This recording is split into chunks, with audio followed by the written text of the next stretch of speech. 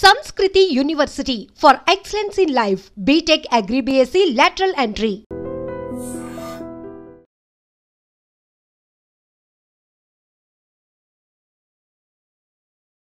Rowdy షీటర్లు రెచ్చిపోతున్నారు. ప్రశాంత విశాఖ నగరంలో అలజడి రేపుతున్నారు. కిరాయి హత్యలు, అంతర్గత విభేదాల వల్ల రోడ్లపై తెగబడుతూ తెగ నరుక్కుంటూ ప్రజలకు తీవ్ర భయాందోళనకు గురి చేస్తున్నటువంటి పరిస్థితి నెలకొంది. వారం రోజుల్లోనే విశాఖలో 2 రౌడీ షీటర్ల హత్య విశాఖ ప్రజలను వణికిస్తోందని చెప్పొచ్చు. ఎక్కడైనా రౌడీ మూకలు చెలరేగిపోతే ఉపేక్షించేదే లేదు, ఖచ్చితంగా కఠినంగా యాక్షన్ ఉంటుందని పోలీసులు హెచ్చరిస్తున్నప్పటికీ కూడా రౌడీ షీటర్లు పేట్రేగిపోతున్నటువంటి పరిస్థితి నెలకొంది విశాఖలో. ఈ మధ్య కాలంలోనే చూసాం, ఒక 4 రోజులు గడవక ముందే మరొక రౌడీ షీటర్ హత్య అనేది తీవ్ర భయాందోళనకు గురి చేస్తోంది. ఒక్కసారిగా విశాఖ ప్రజలు కలవరపాటుకు గురవుతున్నారు. నిన్న మాధవదారలోని కుంచమాంబ అమ్మవారి జాతరలో 2 యువకుల మధ్య ఘర్షణ చోటు చేసుకుంది. ఒక యువకుడినైతే అత్యంత దారుణంగా హతమార్చారు. ఒక రకంగా చెప్పాలంటే ఆ అబ్బాయి ఒంటి పైన పడినటువంటి గాయాలకు వైద్యులు వేసినటువంటి ట్రీట్మెంట్ స్ట్రిప్స్ ఏవైతే ఉంటాయో వాటిని చూస్తే ఒక పార్సిల్కి మనం ఎలా అయితే టేప్తో చుట్టి వేస్తామో ఆ స్థాయిలో ఆ ఒంటి నిండా అబ్బాయి యువకుడు ఒంటి నిండా గాయాలు ఉన్నాయి. దానికి వైద్యులు చికిత్స చేసి ప్లాస్టర్ వేసినా కూడా, అంటే ఏ పరిస్థితిలో మనిషిలో క్రూరత్వం నెలకొంటుందో అర్థం చేసుకోవచ్చు. ఇక్కడ ఈ కేసులో కూడా మృతుడు మాసపు లోహిత్ 20 సంవత్సరాల యువకుడు. ఈ యువకుడు కూడా చాలా నేర చరిత్ర ఉన్నట్టు పోలీసులు గుర్తించారు. ఈ కేసు సంబంధించి రౌడీ షీటర్ హత్య కేసుకు సంబంధించి ఇప్పటికే విశాఖ పోలీసులు 4గురిని అదుపులోనికి కూడా తీసుకున్నారు. ఒక రకంగా చెప్పాలంటే రౌడీ మూకలు ఎక్కడ పేట్రేగిపోయినా, అల్లరి మూకలు ఎక్కడ రెచ్చిపోయినా ఖచ్చితంగా కఠినంగా యాక్షన్ ఉంటుందని చెప్పేసి పోలీసులు చెప్తున్నారు. మళ్ళీ మీరు బయటకు రాలేని పరిస్థితిలో కఠినమైనటువంటి చట్టాలు మీ మీద అమలు చేయాల్సి ఉంటుంది, జైలు జీవితం అనుభవించాల్సి ఉంటుంది, బంగారు భవిష్యత్తు పోతోంది, జాగ్రత్తగా ఉండండి పోలీసులు హెచ్చరిస్తున్నప్పటికీ కూడా ఒక రకంగా చెప్పాలంటే మనుషుల్ని భయపెట్టాలనే ధోరణి, రెండోది పోలీసులకు ఛాలెంజ్ విసరాలనే ఒక క్రూరమైన ఆలోచన. ఏకంగా ఇప్పుడు రౌడీ షీటర్లు ఎలా తెగబడుతున్నారు, ఎలా బరి తెగిస్తున్నారంటే సీసీటీవీ రికార్డు అవుతుంది, మేము పోలీసులకు పట్టుబడతామని తెలిసి కూడా ఇది మా స్ట్రెంగ్త్, ఇది మా బలం అని నిరూపించుకోవడానికి ఒకరిపై ఒకరు ఆధిపత్యపు పోరు కోసం ఏకంగా ఊర్లపైనే పడుతున్నారు. చుట్టూ జననావాసాలు ఉన్నా, చుట్టూ ప్రజలు ఉన్నా కూడా ఏమాత్రం జంకకుండా, ఏమాత్రం భయం లేకుండా వాళ్ళు ఇంతలా చెలరేగిపోతున్నారు అంటే ఎక్కడ ఈ ల్యాబ్స్ కనపడుతున్నాయో మనకు అర్థమవుతోంది. ఒక్కసారి మనం ఈ సీసీటీవీ ఫుటేజ్ చూడండి. 2 యువకులు అలా నడుచుకుంటూ వెళ్తున్నారు. ఒక వ్యక్తి వెనకాతల నుంచి వచ్చి ఒక యువకుడు, ఆ యువకుడు మాసపు లోహిత్ 20 ఇయర్స్ అబ్బాయి, అబ్బాయిని వెనక నుంచి వచ్చి పీక పైన పట్టుకొని ఎలా లిఫ్ట్ చేస్తున్నాడు. ఒక వస్తువును, ఒక కుక్క పిల్లను, పెంచుకున్న కుక్క పిల్లను, కోడిను ఎలా అయితే లిఫ్ట్ చేసి తీసుకెళ్ళిపోతారో అంత ఈజీగా ఆ యువకుడిని తీసుకువెళ్ళి కత్తులతో నరకడం, హత్య చేయడం అత్యంత దారుణంగా ఇప్పుడు ప్రతి ఒక్కరిని తీవ్ర కలవరపాటుకు గురి చేస్తోంది. పోనీ ఆ సమయంలో అది నిర్మానుష్య ప్రాంతంలో జరిగిందా, ఎవరు మనుషులు లేనప్పుడు జరిగిందా అంటే కాదు. సీసీటీవీలు ఉన్నాయి ముందున, చుట్టూ జనాలు ఉన్నారు. జనం మధ్యలో జరిగినటువంటి ఒక ఘర్షణ, ఒక యువకుడిని అత్యంత కిరాతకంగా హత్య చేశారు అంటే ఇక్కడ రౌడీ షీటర్లు ఏ స్థాయిలో పేట్రేగిపోతున్నారో, ఎలా చెలరేగిపోతున్నారో మనం ఈ దృశ్యాలు చూస్తుంటేనే అర్థమవుతోంది. ఇక్కడ ఇంకొకటి, మనం రౌడీ షీటర్లు ఎక్కువగా హైలైట్ చేసి మాట్లాడే కన్నా ఎందుకు ఇక్కడ ఈ మృతుడు కూడా ఒక రౌడీ షీటరే, తనకి కూడా చాలా క్రిమినల్ హిస్టరీ ఉన్నట్టు అబ్బాయి, 20 సంవత్సరాలు. ప్రతి తల్లిదండ్రులు కూడా తమ బిడ్డల్ని బాగా చదివించాలని, మంచి భవిష్యత్తు ఇవ్వాలని, వాళ్ళు ఒక మంచి స్టేజ్కి రావాలనే ప్రతి తల్లిదండ్రులు, అది ఏ వర్గం కానివ్వండి, ఏ స్థాయి ఆర్థిక పరమైన పరిస్థితులు కానివ్వచ్చు, కానీ ప్రతి తల్లి తండ్రి తమ బిడ్డల విషయంలో మాత్రం వాళ్ళ ఆలోచన చాలా గొప్పగా ఉంటుంది. కానీ కొంతమంది మాత్రం యుక్త వయసులోనే, అంటే టీనేజ్ వయసులోని, మైనర్ ఏజ్లో కూడా తప్పుదోవ పడుతున్నటువంటి పరిస్థితులు నెలకొనడం వల్ల పూర్తిగా వాళ్ళు నేర ప్రవృత్తి వైపు వెళ్ళిపోతుంది వాళ్ళ జీవితం. ఇక్కడ కూడా మనం చూడొచ్చు, అనేక సినిమాల్లో మనం రౌడీ షీటర్లు ఎలా తయారవుతారు, వాళ్ళలో అంత హార్డ్గా ఆ డెసిషన్కి రావడానికి ఏదో ఒక బ్యాక్గ్రౌండ్ ఉంటుంది, ఇవి మనం సినిమాల్లో చూస్తాం. బట్ ఇప్పుడు అలా లేదు. విచ్చలవిడిగా రౌడీ షీటర్లుగా మారిపోతున్నారు. నేర ప్రవృత్తి పెరుగుతోంది. నేరాల్లో మైనర్లు కూడా ఉండటం చాలా బాధాకరం. ఇక్కడ అమ్మాయిలు అబ్బాయిలు అని తేడా లేదు.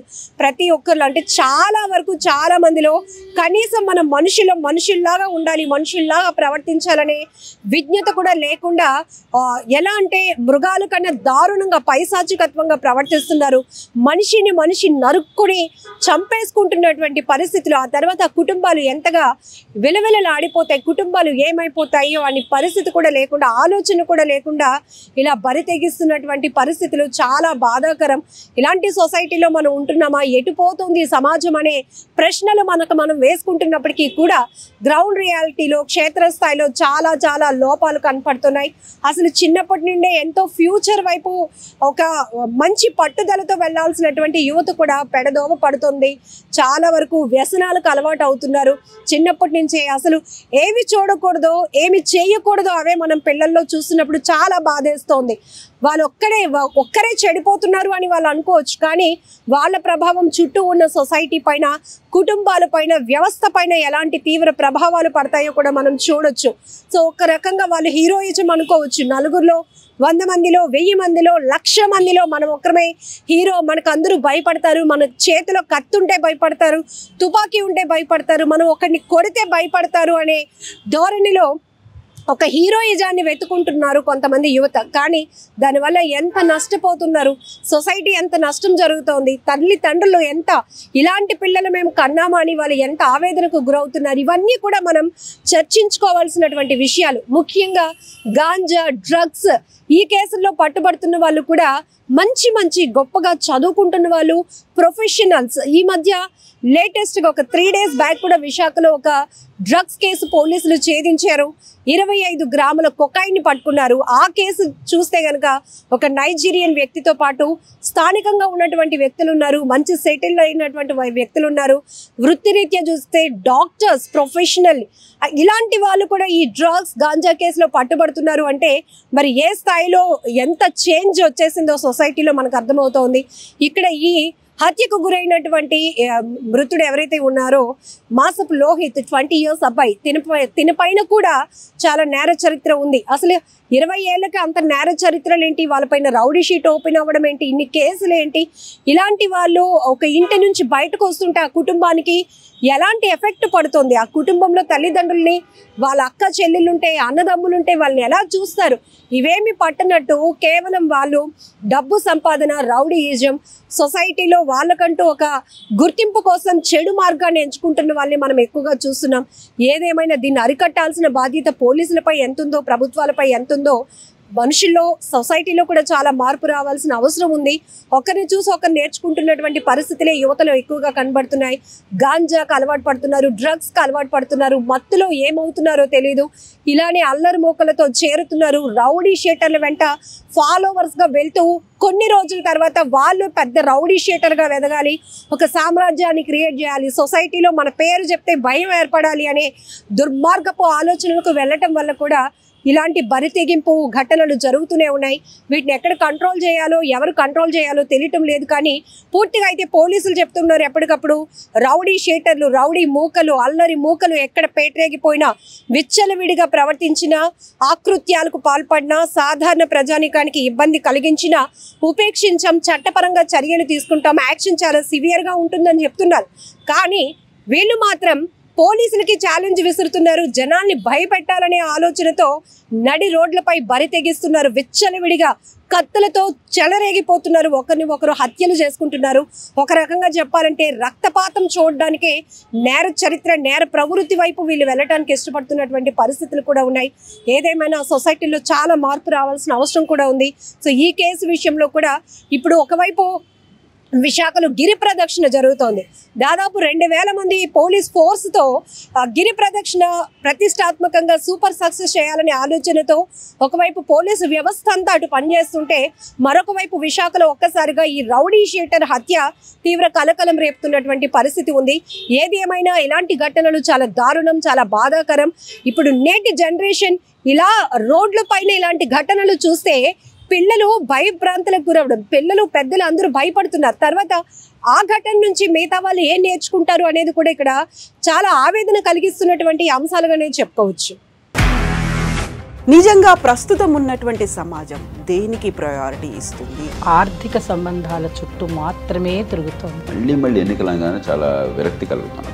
మంచి అనిపిస్తుంది కదా, లేడీస్ కూడా ఛాలెంజింగ్ జాబ్స్ చేసినప్పుడు చాలా బాగుంటది. ట్రాఫిక్ అసిస్టెంట్స్ గా నియమించిన ట్రాన్స్జెండర్స్ అందరితో సాల్యూట్ చేయించుకుంటున్నారు. ఫుడ్ డెలివరీ ఇవ్వటానికి వెళ్ళినటువంటి డెలివరీ బాయ్ అనిల్ పై కళ్ళ ముందు